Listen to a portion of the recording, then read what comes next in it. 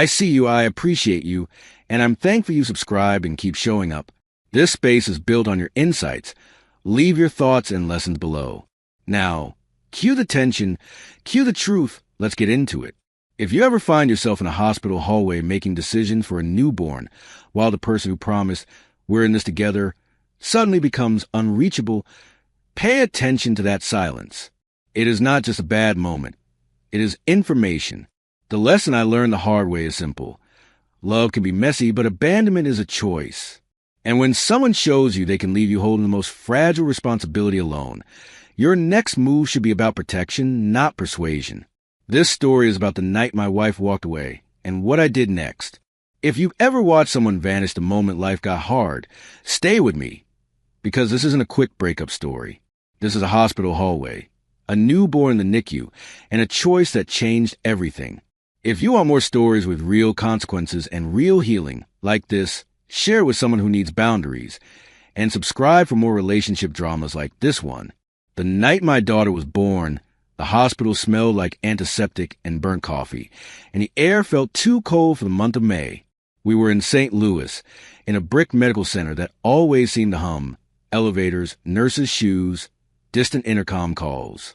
My wife, Nia, had been tense for weeks, snapping over small things like the way I folded towels or how long I took to park. I told myself it was a pregnancy. Everybody says pregnancy changes the weather in a marriage. I didn't realize it can also reveal what was already broken. I remember the exact sound of the monitor speeding up when the nurse said, "We're going to move quickly." Nia's eyes widened, and she grabbed my wrist hard enough to leave crescent marks. "Don't let them take her from me," she whispered, like I had authority over biology. I kissed her forehead and lied with confidence. "I won't." I didn't understand then that the first promise I would truly keep that night was not to my wife, but to the child we were about to meet. Our daughter arrived in a rush of controlled panic. A small cry, thin as a string, and then movement, hands, blankets, someone saying, "NICU." I stood up too fast and nearly tipped over. A nurse blocked my path with a gentle palm and a firm voice. "You can see her in a minute. Let the team work." Nia was quiet after that. Not sleepy quiet, gone quiet. Her face turned toward the wall, her eyes fixed on nothing, like she was watching herself from far away. I'm not a doctor. I'm a Metrolink bus mechanic. Grease under the nails. Early mornings, a head full of engine sounds. I fix what can be fixed, and when something cannot be fixed, I still try to make it safer than it was. That night, I tried to approach parenthood the same way. I asked questions. I nodded at instructions. I pretended I wasn't afraid. In the NICU, my daughter looked like a question mark in a clear box, wrapped in wires and careful light. When they finally brought me to her, my legs shook like I had run up too many stairs. Her name wasn't settled yet. Nia and I had argued for months. She wanted something that sounded successful, her word, like we could name our child into a different life. I wanted something that sounded like family. I stood there staring at this tiny face and felt the argument dissolve. I said quietly, "Hello, little one." Her hand flexed inside her mitten like she heard me. The first decision I made that could have gone differently happened before midnight. A nurse offered to call Nia's mother and my sister to sit with us. I hesitated because Nia hated people in our business. She liked control and clean narratives, and the family made things messy. But I looked through the glass at my daughter's steady struggle and thought, privacy is a luxury. Support is survival. I asked the nurse to call them anyway. I told myself Nia would forgive me later. Nia did not forgive anything that night. When I went back to her recovery room, she had her phone angled away from me, her thumb moving fast. She didn't ask about the baby. She didn't ask what the doctors said. She asked, "Did they say she's normal?" The word landed wrong. I stood there holding a plastic cup of ice chips I'd fetched like it was an offering. "She's fighting," I said. "She needs time." Nia's face tightened. "Time costs money," she muttered. I should have heard that sentence for what it was. Instead, I started bargaining with the universe.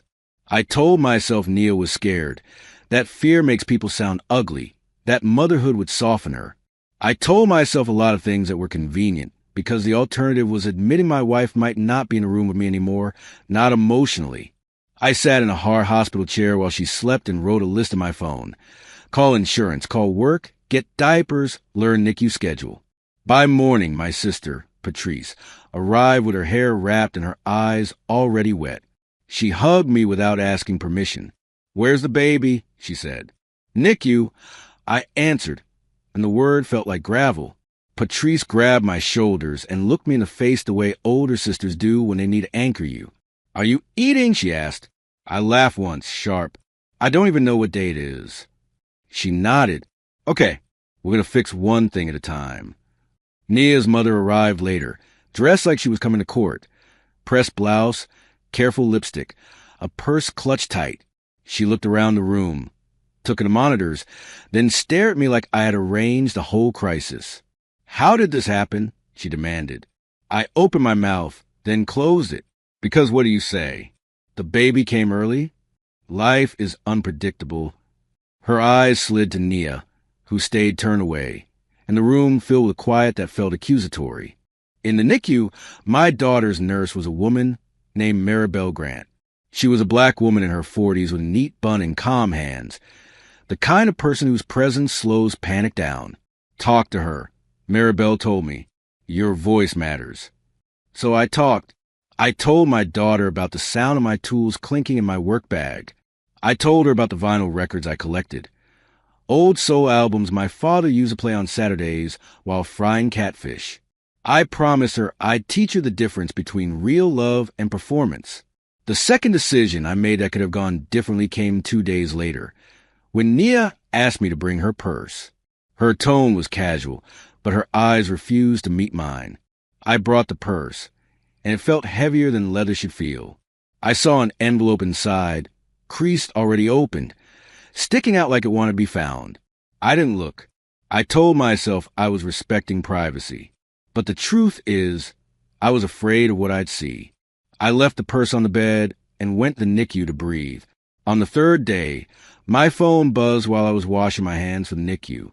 It was Nia. "I'm leaving." 2 words. No punctuation. My body went cold. I called back immediately, and it rang until voicemail. I texted, "Where are you going?" No reply. I jogged to her room, heart banging in my throat, and found it empty. Not stepped out. Empty. Discharged. Sheet stripped. The little plastic cup of ice chips is still on the tray like a joke. A nurse at the station glanced up at me and frowned. "Sir, are you okay?" My mouth went dry. My wife, I managed. She was here. The nurse checked the computer and then avoided my eyes. "She signed out," she said. "She said you knew." That sentence cracked something in me, because I didn't know. I didn't know a lot of things.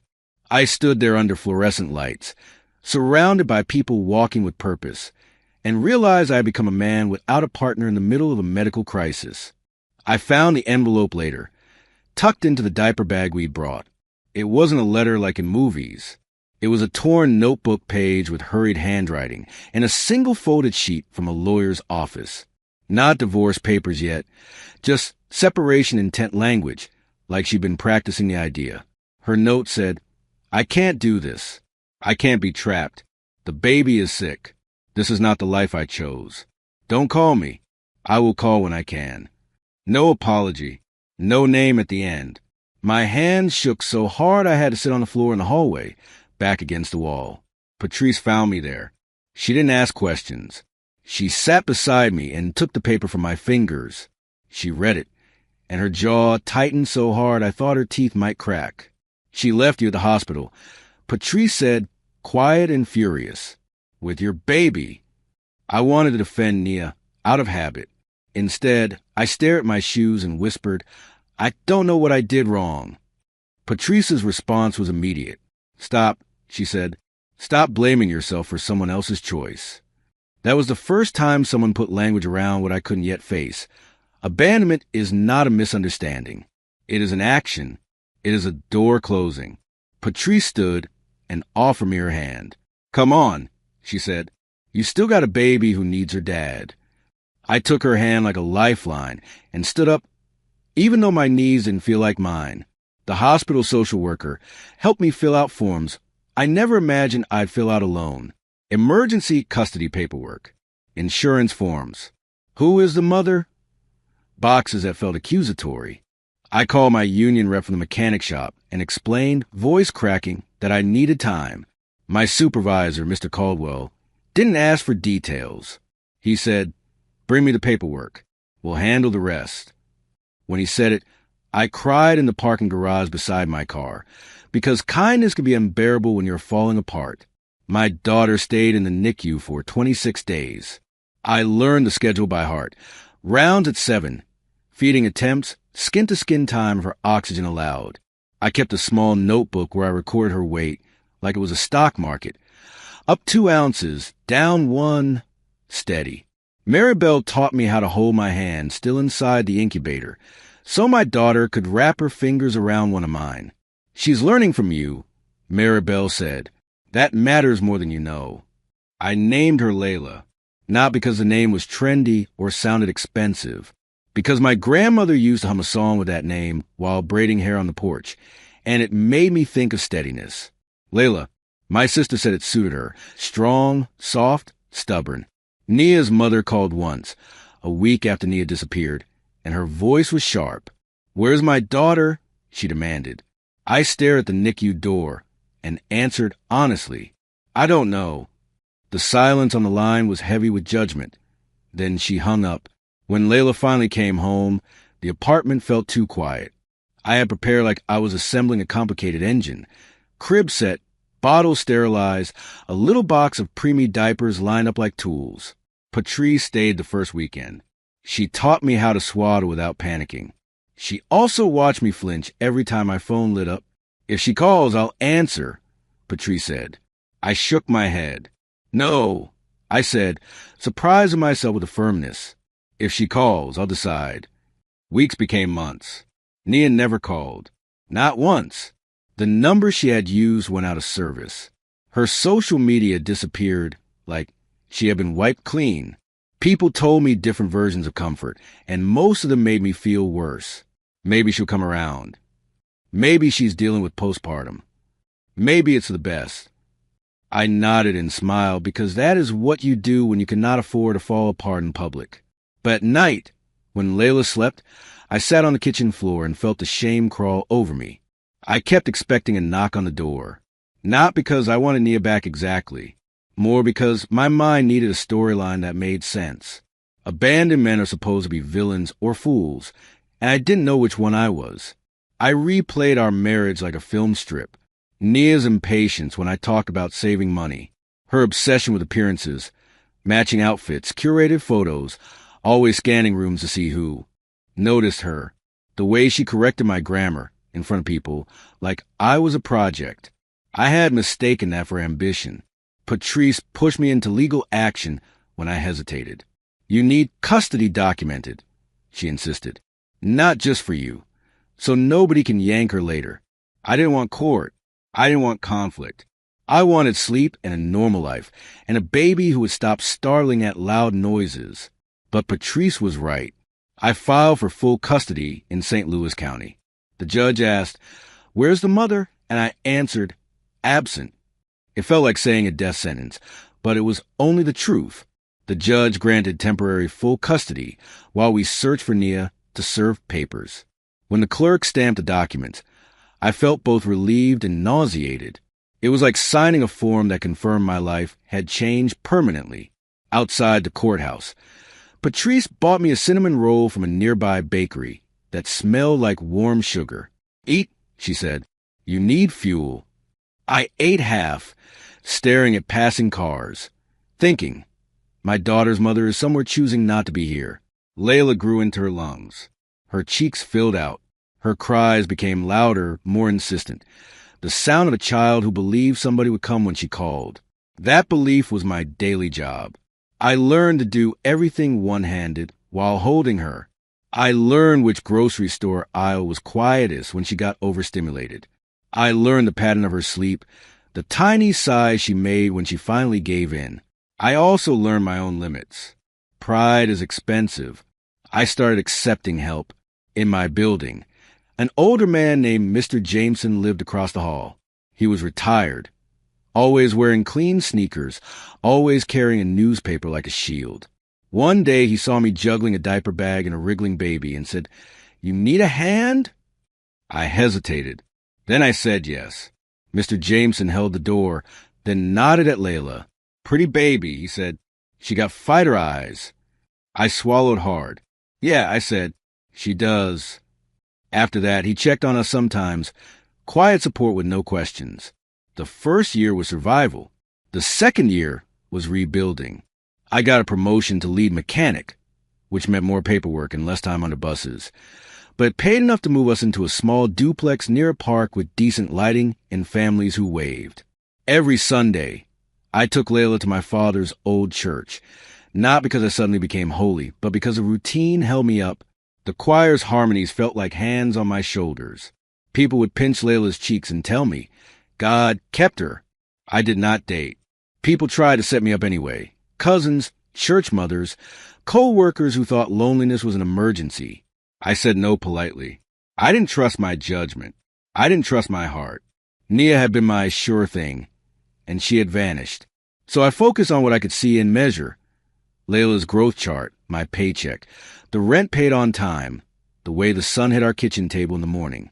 I started collecting vinyl again, not as nostalgia, but as a reminder I still had a self. On Layla's second birthday, Patrice threw a small party in my backyard. She made a banner that said, "Too Fast," with a little bus drawn on it, because she said my life was buses and baby bottles. Layla smashed her cake with both hands and laughed like she had never known sorrow.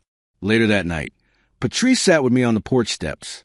"Do you ever think she's coming back?" she asked. I stared at the dark street. Sometimes, I admitted, but I don't know what I'd do if she did. The answer showed up in a way I didn't expect. In a community clinic waiting room, of all places. Layla had a lingering cough, and my pediatrician referred us for a follow-up. The clinic was in a converted building with faded posters and a fish tank that made the whole room smell faintly of algae. Layla sat on my lap, tracing the pattern on my work jacket. Across from us, a woman was reading a children's book aloud in a calm, steady voice, even though her own son kept interrupting. She looked up and smiled at Layla like children were welcome in her world. Her name was Simone Avery. She was a speech therapist, early 30s, hair cut in a neat, natural style, glasses that kept sliding down her nose. She had a habit of tapping her wedding ring finger, even though there was no ring there. I noticed because I used to do that too after Nia left, like my body needed to remember something my mind was trying to erase. Simone's son, Malik, offered Layla a sticker and said, "It's a dinosaur, but nice one." We talked in small sentences, the way strangers do when they are testing the safety of a conversation. When the nurse called my name, Simone said, "Good luck," like she meant it. I surprised myself by turning back before we went in. "If you're here next week," I said, "I owe your son a sticker trade." Simone laughed. "He'll hold you to it," she said. I walked into the exam room with Layla and felt something unfamiliar, a lightness that didn't demand anything from me. Simone and I became friends first. We met at the park on Saturday mornings where the swing squeaked and the air smelled like cut grass. She was particular about being on time. She hated when people chewed loudly. She also had a patience with children that made me wonder how somebody could be both strict and gentle. She asked about Layla's birth one day while we watched the kids chase bubbles. I told her the truth in a plain voice. Simone listened without interrupting. Then she said, "That was cruel." No excuses. No maybe. Just honest naming. When Simone and I started dating, it didn't feel like jumping off a cliff. It felt like stepping onto a bridge I helped build. She met Patrice early because Patrice was my reality check. Patrice watched Simone for a long time over dinner, then asked, "What do you want?" Simone didn't flinch. "A stable life," she said. "A partner who shows up. Kids who feel safe." Patrice nodded like she was reading a resume. Later, she pulled me aside and whispered, "She's not pretending." I breathed easier. By the time Layla turned 3, Simone was part of our daily rhythm. She helped Layla learn how to pronounce tricky sounds by turning practice into games. She left sticky notes in my lunch bag that said things like, "Drink water. You are not a machine." She also held boundaries like they were sacred. If I got quiet and tried to swallow feelings, she would say, "You don't get to disappear in your own house." It wasn't mean. It was firm. And it taught me something. Love that stays is not just emotion. It is behavior. 3 years after the hospital night, Layla had a follow-up appointment at the same medical center where she was born. It wasn't an emergency, just one of those scheduled check-ins for kids who started life in a NICU. I took off work early. Simone came with me, carrying snacks and a small toy bus for Layla because she liked matching my world. The hospital hallway looked the same as it always had. Polished floors, old artwork, the faint smell of disinfectant. My stomach still tightened anyway. I didn't plan to run into Nia. I hadn't pictured her face in a long time. In my mind, she had become a concept. Absence, silence, a decision. But as we rounded a corner near the lobby, I heard my name spoken in a voice I once knew better than my own. Darius. I stopped so abruptly Simone bumped into my shoulder. I turned, and there she was. Nia stood near the vending machines, holding a manila folder, her hair straightened, her makeup careful but slightly off, like she had done it fast. For a second, my body tried to time travel. I felt the old heat in my chest, the mixture of anger and longing and disbelief. But then Layla tugged my hand and asked, "Daddy, can we get pretzels?" And the present snapped into place. Nia's eyes moved from me to Layla, and something in her face tightened. She opened her mouth, then closed it. She looked past me, and that was the moment she froze. Because behind me was Simone, one hand resting lightly on Layla's shoulder like it belonged there. Nia's gaze locked on Simone, the way a person stares at a door they assume would stay open. Simone didn't flinch. She stood straight, calm, her eyes steady. Malik was with us that day. He was at school. But Simone still carried herself like a mother protecting a space. Nia's lips parted slightly. "You!" she whispered, not even finishing the sentence. I realized she had expected me to be alone. She had expected me to still be stuck in the story she left behind. Confused, begging, waiting. "Darius," Nia said again, louder this time, like volume could fix a gap. "I need to talk to you." Simone's fingers tightened once on my arm, a silent question. "Are you safe? Do you want this?" My instinct was to keep walking. I didn't owe Nia a conversation in the lobby, but I looked at Layla, at the way she leaned into Simone without hesitation, and I thought, I can't teach my daughter boundaries if I only practice avoidance. So I made a choice. I said, 5 minutes, right here. Nia's eyes flicked to Layla again, lingering on her face like she was trying to measure time by cheekbones. "She's big," Nia managed. Layla looked up at her, polite the way we raised her. "Hello," Layla said, then immediately asked me, "Can we get pretzels now?" Because children do not pause their needs for adult drama. Nia's throat moved like she swallowed something sharp. "I didn't know," she said, voice breaking. "I didn't know she was okay. I heard the lie inside it. She could have known." "You didn't ask," I said quietly. Not cruelly, just a fact. Nia flinched like the words hit her in the ribs. She gripped the folder tighter. "I was not, well," she said. "I made choices." Her eyes darted to Simone again. Simone didn't look away. "We're here for Layla's appointment," Simone said calmly. "If you have something important, say it. If not, let them go." Nia's face reddened. "Who are you?" she snapped. And the question was less about identity than territory. Simone answered without heat. "I'm the person who shows up." The sentence was simple, but it carried weight like a stone dropped into water. Nia's eyes widened, and I watched the realization crawl across her face. Simone knew. She knew the hospital story, the leaving, the silence. Nia looked back at me, searching for softness. "Darius," she whispered. "I didn't leave because of her." She nodded toward Layla, as if my daughter were the reason. My stomach clenched. "You left because you wanted to." I corrected. Nia took a breath, then held up the folder. "I came to sign papers," she said. signing away my rights. My brain stalled. I had been granted full custody years ago because she disappeared, but legal systems love clean endings. I had filed paperwork more than once to close the loop, and she never responded. Now she was here, 3 years later, with a folder, acting like she was doing something noble. Patrice's voice echoed in my head. Name it. Don't decorate it. Why now? I asked, why show up here? Nia's shoulders rose and felt like she was trying not to cry. My mother, she said. She's sick. She keeps asking about the baby. About you. Her eyes slid away. And I'm tired of running. That word, running, hit me harder than her apology would have, because that was what she did. Fled pressure, fled responsibility, fled any version of life that required endurance. Simone leaned slightly toward me and murmured, "We can do this through attorneys." Nia heard and winced, like she was being pushed out of the room again. I could have walked away. That was the other possible decision point. I could have told her to mail the papers and never speak to me again. But Layla stood between all of us, chewing on the edge of her sleeve, watching with curious caution. I thought about the day she would ask more questions than pretzels. I thought about the kind of truth I wanted to give her. Truth with structure, not chaos. So I said, sign what you came to sign. Then you leave. No scene. No promises. Just actions.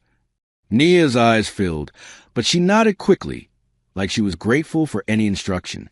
We walked to a small seating area near the lobby windows. The city outside looked bright and normal, which made the moment feel surreal. Nia sat, opened the folder, and her hands trembled. Simone stayed standing behind me, close enough that I could feel her warmth. Nia signed in jerky strokes. When she finished, she slid the papers toward me. "I'm sorry," she said, voice thin. "I didn't know how to be what you needed." I stared at the sign lines and felt something complicated. Not relief exactly, but closure with teeth. "You didn't know how to be what Layla needed," I corrected gently. Nia's face crumpled. "Can I see her?" she asked, and her eyes flicked to Layla like she wanted a photo for her conscience. Layla looked up at me, then at Simone, then back at me, like she was reading the room without understanding the words. I made my choice. "No," I said. "She's not an exhibit." Nia flinched, then nodded as if she expected it. "Okay," she whispered. She stood, smoothing her skirt, trying to gather dignity around herself. She looked at Simone, and something like envy tightened her mouth. "You win," Nia said. Simone's expression didn't change. "This isn't a contest," Simone replied. "This is a child's life." Nia's eyes darted away again, because accountability is harder to look at than a person. She stepped back as if she might say more, then stopped herself. When Nia turned to leave, Layla tugged my hand again. "Daddy, are we late?" she asked. My chest squeezed. "No," I said. "We're okay." Nia paused at the edge of the lobby and glanced back one last time. Her eyes landed on Layla, then on Simone behind me, then on my hand holding my daughter's. For a second, her face looked exactly like it did 3 years earlier, stunned, distant, as if she had woken up inside a life she didn't recognize. Then she walked out the automatic doors and disappeared into daylight. Layla's appointment went fine. The doctor smiled and called her a strong girl, and Simone laughed with genuine pride. But on the drive home, my hands gripped the steering wheel tighter than necessary. Simone watched me for a moment, then said, "Talk to me." I exhaled slowly. I thought I would feel something bigger. I admitted. Anger. Triumph. Anything. Simone nodded. "Sometimes healing looks calm," she said. "Sometimes the loud part already happened." I swallowed hard and felt my eyes burn anyway. That night, after Layla fell asleep with her toy bus tucked under her arm, Simone and I sat at the kitchen table. The vinyl record on the turntable spun low in the background, an old Al Green album, soft and familiar. Simone traced the rim of her mug and said, "I'm proud of you." I shook my head. "I didn't do anything," I said. "I just kept going." Simone looked at me like I was being intentionally blind. "That is not nothing," she said. "You built a home from a hallway." A week later, Patrice came over and listened while I told her what happened. She sat very still, then let out a slow breath. She really came back to sign papers? Patrice said, after all that? I nodded. Patrice's eyes narrowed. And you said no to seeing Layla? She asked, testing me. I braced myself for criticism, but Patrice nodded once. Good, she said, because a child is not a bandage for an adult's guilt. She stood, kissed Layla's forehead, and whispered, You got a good daddy, baby. Over the next months, the legal process finished cleanly. My lawyer called it rare. Nia didn't contest anything. She didn't ask for visits. She didn't send gifts.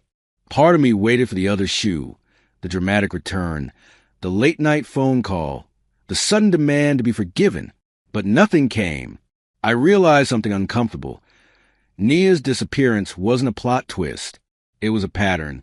She wanted the relief of closing a file, not the work of rewriting her character. That truth hurt less than it used to, because I no longer tried to rescue her story. Simone and I married the following spring in a small ceremony in a community garden on the edge of the city. The air smelled like damp soil and tulips. Patrice stood beside me, dabbing her eyes, pretending she wasn't emotional. Mr. Jameson came in a clean blazer and offered a solemn nod like he was approving a repair job. Layla wore a yellow dress and sprinkled petals with serious concentration. When Simone said her vows, she didn't promise perfection. She promised consistency. I will be here, she said, even on the hard days. I believe her because she had already proven it. I didn't tell Layla the full story then. She was still small, still living in a world where Mom was a woman who braided her hair and read her books and reminded her to use please. Simone never forced the title. She earned it. Layla started calling her Mom Simone on her own, then eventually just Mom. The first time she did it, Simone blinked fast and looked away like she was protecting the moment from being ruined by tears. I pretended not to notice, but my throat tightened in gratitude. Once, 2 years after that hospital lobby, I got a message request from an unfamiliar account. It was Nia. The message was short. I heard she's doing well. I'm glad. No request. No apology. Just a sentence that sounded like someone trying to place a pebble on a grave and call it respect. I stared at the screen for a long time. I could have answered. I could have sent anger back like a boomerang. Instead, I deleted it. Not because she didn't deserve a response, but because my life was no longer built around her choices. Sometimes people ask me how I did it, how I raised a baby alone after being left in a hospital, how I trusted again, how I didn't turn bitter. I tell them the truth. I was bitter. I was ashamed. I blamed myself in quiet ways that didn't show on the outside. But each day, I chose one practical thing over one dramatic emotion. I filed the paperwork. I accepted help. I learned Layla's needs. I paid attention to who stayed. And 3 years later, when Nia froze at the sight of the woman behind me, I understood the life she abandoned did not collapse. It grew roots. If you take anything from my story, let it be this. Closure is not the same as reconciliation. When Nia showed up with that folder, I didn't let the moment turn into a performance of forgiveness, because Layla's safety mattered more than Nia's emotions. And when Simone said, I'm the person who shows up, it wasn't a flex. It was a standard. Pay attention to who handles pressure by staying present and who handles it by disappearing. Your future is built on those patterns, not on promises. If you made it to the end, you understand what the story is really about. Not revenge, standards. If that hits home, like this video, share it with someone rebuilding their life. And subscribe for more first-person relationship/drama stories where choices have consequences and healing looks like real life. The end.